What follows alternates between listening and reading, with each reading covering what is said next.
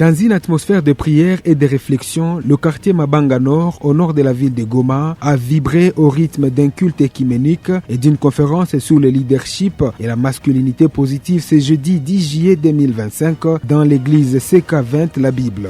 L'activité portée par l'organisation Collectif des radios et télévisions communautaires du Nord Kivu, Coracon en sigle en partenariat avec le réseau des hommes engagés et financé par les services civils pour la paix, a réuni plusieurs élèves finalistes du secondaire accompagnés de leurs parents. L'objectif était clair, préparer moralement, spirituellement et socialement ces jeunes à affronter sereinement l'examen d'État prévu le 28 juillet 2025, mais surtout les amener à réfléchir sur leur rôle en tant que futurs leaders au sein de leur communauté. L'événement a débuté par un enseignement inspirant sur le secret de la réussite animé par le pasteur Vincent Semou. Ce dernier a exhorté les participants à la persévérance, à la foi et à la discipline pour réussir tant sur le plan académique que dans la vie en général. Une prière solennelle dirigée par le pasteur Moïse Ouor, responsable de l'église CK20, a ensuite consacré ses élèves à Dieu pour leur confier la réussite à venir. Dit notre père des Manches, Gracias Mwanza, chargé des ressources humaines au sein du Coracon, a captivé l'attention des jeunes et des parents par une présentation sur la masculinité positive et l'épanouissement de la femme.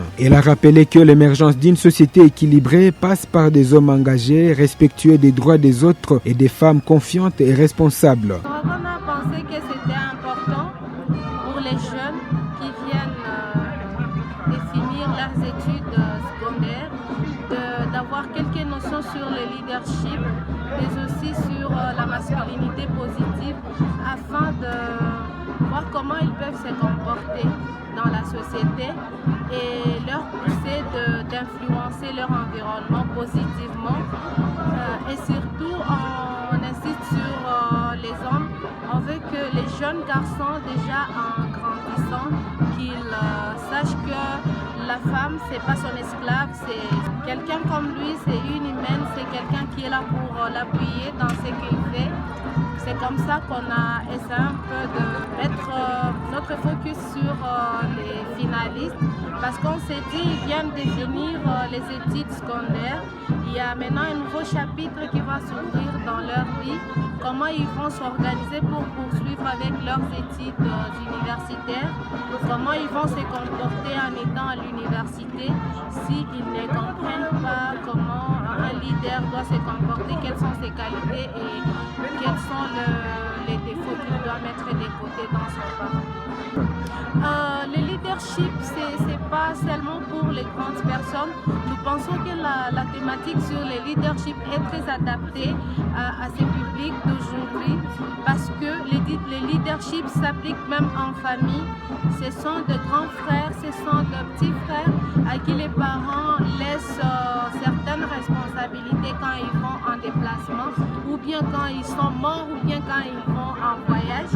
Donc c'est à ces jeunes-là qu'on confie la gestion de la maison, la gestion des petits frères.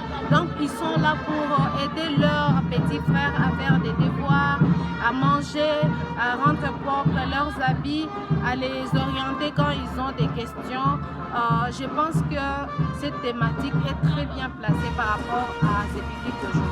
Les discussions en petits groupes ont permis aux élèves d'approfondir les thèmes et de partager leurs impressions. Plusieurs jeunes filles ont exprimé leur gratitude pour cet espace d'écoute et d'éveil, souvent absent dans leur quotidien. Je viens de connaître qu'une femme normalement doit être forte.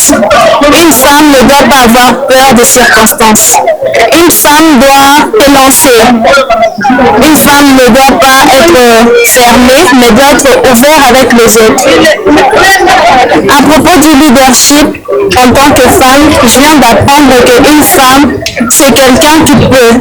C'est quelqu'un qui doit avoir un objectif.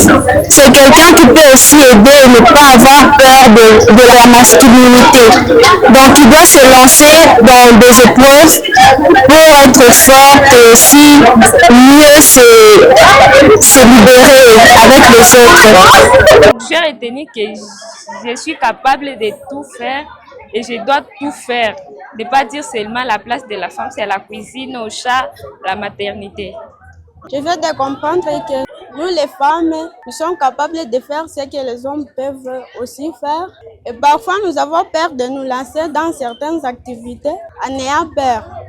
Et autre chose, je veux d'apprendre que nous devons être aussi dépendantes de nous-mêmes. Ce que j'en veux à tête est que la femme ne pourrait pas avoir un certain niveau d'études comme les doctorats, mais vraiment cette activité vient de nous former. Nous allons aussi influencer les autres à parvenir d'effacer ces idées.